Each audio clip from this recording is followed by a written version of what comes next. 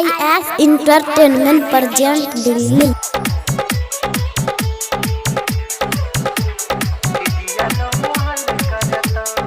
Music director DJ Shivnarayan. प्यार तो करे जदि बाप जान जाई तो सुबह शाम 3 टाइम खूब लतियाई तो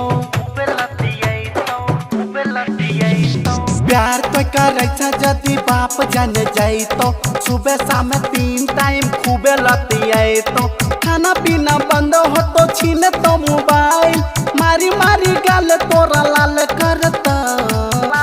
गे छोड़ी तोरा गे छोड़ी बुरा हाल करता गे जिया लो मुहाल करता गे छोड़ी बुरा हाल करता गे जिया लो मुहाल करता डीजे शिवनारायण।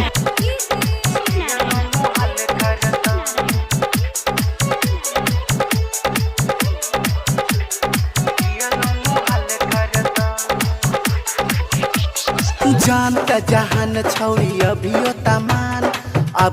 तमान है गे अभियो तमान भेले तो जवान अब बनने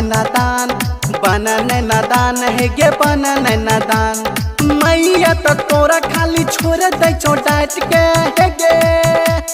मैया तो खाली तोरा छोड़ दे छो डांट के अब की जे जान तो मार तो के बांध के ये ना नहीं माना भात चल करता गे छोड़ी बुरा हाल करता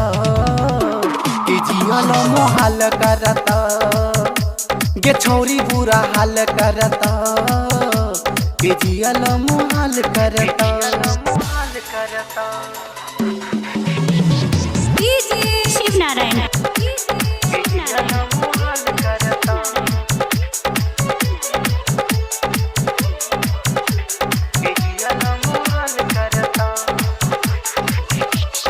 बाप माई के नाम नहीं कर